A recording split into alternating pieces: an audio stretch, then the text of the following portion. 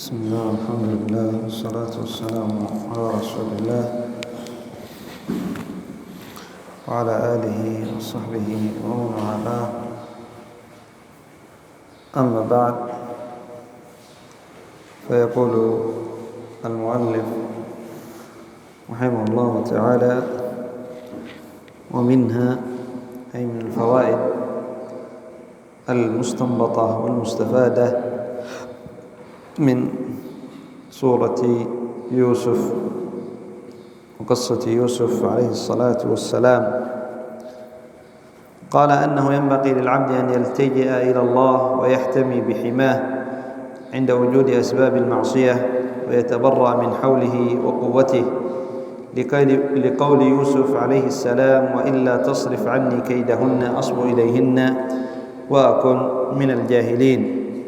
نعم، عند وجود أسباب المعصية فلا يغتر المسلم بذكائه ولا بعقله ولا بعمله ولا بعبادته، إنما يلتجئ إلى الله عز وجل، فإن العبد يضعف أمام شهوات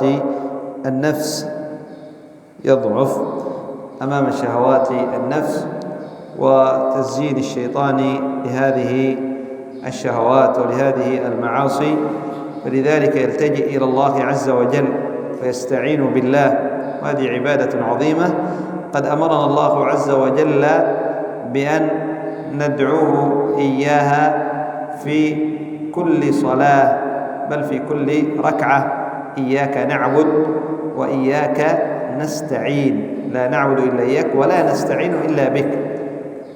وفي هذه الأمور الاستعانة في هذا الوقت وفي هذا الموقف الاستعانة تكون أشد.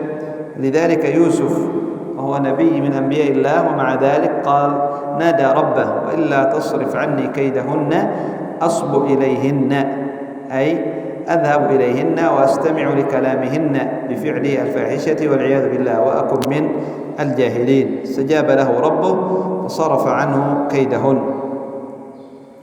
قال: ومنها أن العلم والعقل يدعوان صاحبهما إلى الخير وينهيانه عن الشر، وأن الجهل يدعو صاحبه إلى موافقة هوى النفس وإن كان معصية ضارا لصاحبه.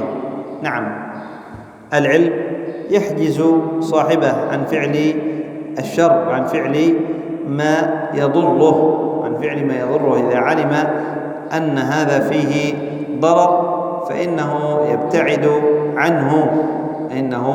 يبتعد عنه. ولذلك يوسف قال للفتيين في السجن، قال: ولكن أكثر الناس لا يعلمون. قال: يا صاحبي السجن أأرباب متفرقون خير أم الله؟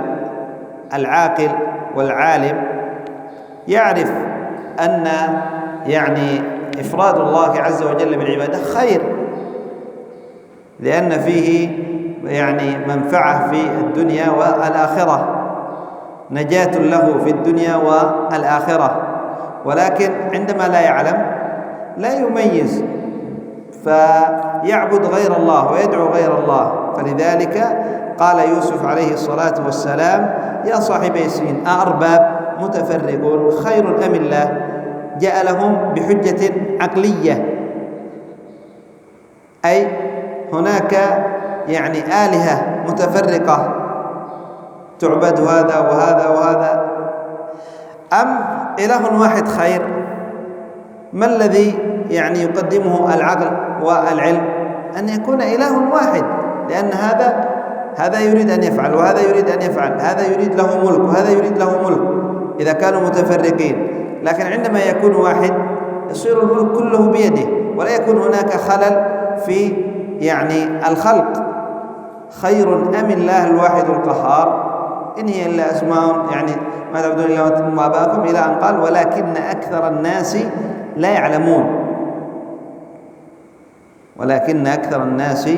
لا يعلمون.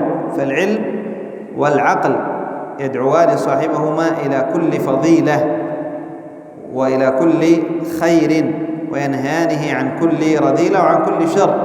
أما الجهل فلا يدعو صاحبه إلا إلى الشر، لا يدعو صاحبه إلا إلى الشر والرذائل. قال: ومنها أنه كما على العبد عبودية لله في الرخاء فعليه عبودية في الشدة. فيوسف عليه السلام لم يزل يدعو إلى الله، فلما دخل السجن استمر على ذلك، أي على الدعوة إلى الله. قال: ودعا الفتيين إلى التوحيد ونهاهما عن الشرك. ومن فطنته عليه السلام أنه لما رأى فيهما قابلية لدعوته، حيث ظن فيه الظن الحسن، أي لما رأى في فتيين في السجن أنهما سيقبلان دعوته، لأنهما قال: إنا نراك من المحسنين، ظن فيه ظنا حسنا، ظن فيه ظنا حسنا. ماذا عمل يوسف؟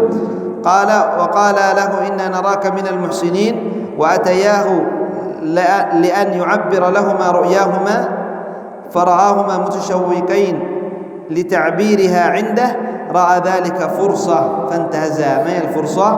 قال: فدعاهما إلى الله تعالى قبل أن يعبر رؤياهما، ليكون أنجح لمقصوده وأقرب لحصول مطلوبه، لأن الفتيان رآه أنه من المحسنين وأراد أن يعبر لهما الرؤيا، وعند ذلك رأى الفرصة. إذن هما ظن في ظن الحسن ورآني أني من المحسنين، لابد أن أدعوهما قبل أن يعبر الرؤيا، لأنه إذا عبر الرؤيا سوف لا يذهبان ولن يباليا بكلامه، لكن قبل تعبير الرؤيا دعاهما فسينتبه للكلام، لأنهما يريدان تعبير الرؤيا، سينتظر ويستمع حتى يعبر لهما رؤياهما.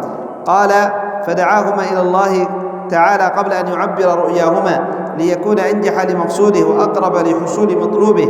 وبين لهما أولا أن الذي أوصله إلى الحال التي رأياه فيها من الكمال والعلم إيمانه وتوحيده، وتركه ملة من لا يؤمن بالله واليوم الآخر، وهذا دعاء لهما بالحال. ثم دعاهما بالمقال وبين فساد الشرك وبرهن عليه وحقيقة التوحيد وبرهن عليه. نعم، فهذا الذي ينبغي على الداعية إلى الله عز وجل، أن يتحين الفرص، وأن ينتهز الفرصة في الدعوة إلى الله عز وجل. فإذا أحسن الناس الظن به، فأولا لا يفخر بنفسه، بل يرجع ذلك إلى الله. واتبعت ملة آبائي إبراهيم وإسحاق ويعقوب ما كان لنا أن نشرك بالله من شيء، ما كان لنا أن نشرك بالله بشيء، ذلك من فضل الله علينا، ذلك من فضل الله علينا. يرجع الفضل إلى الله عز وجل، ولا يرجع الفضل إلى نفسه، ولكن يبين إذا أحسن الظن به، يبين أن سبب هذا الذي رأى فيه الإحسان أنه سببه مثلا العلم والهداية، ويدعو الناس بعد ذلك إلى الأهم، فالأهم والأهم شيء هو التوحيد.